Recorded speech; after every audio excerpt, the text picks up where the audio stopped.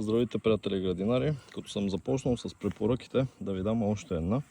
Тъй като аз съм болен на тема сортове и си отглеждам всякакви разни работи. Сега не знам дали сте виждали такъв пътладжан.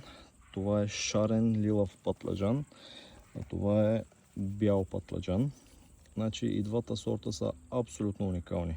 С много тънка ципа, която може да се консумира и не пречи по никакъв начин.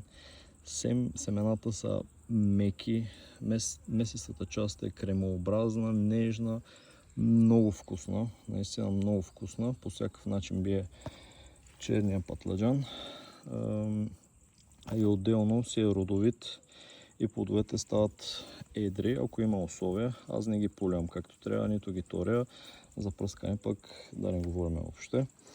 Пробвайте до година, няма да съжалявате категорично.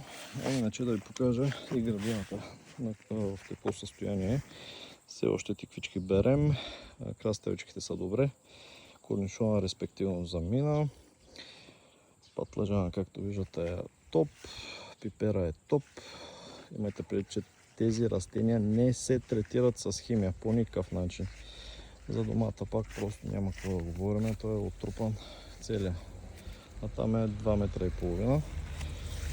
Сега да ви покажа и това черно чери. Също бих ви го препоръчал силно, защото е като бомбон. Уникално сладък, много сладък. В лятно време не се консумират много, ама много е хубав сорта. Идеята ми е, ако земята ви е силна, на вас няма да ви се налага да опръскате с химия. И не го правете, защото в крайна сметка вие ще консумирате тази продукция. Благодаря и лек ден!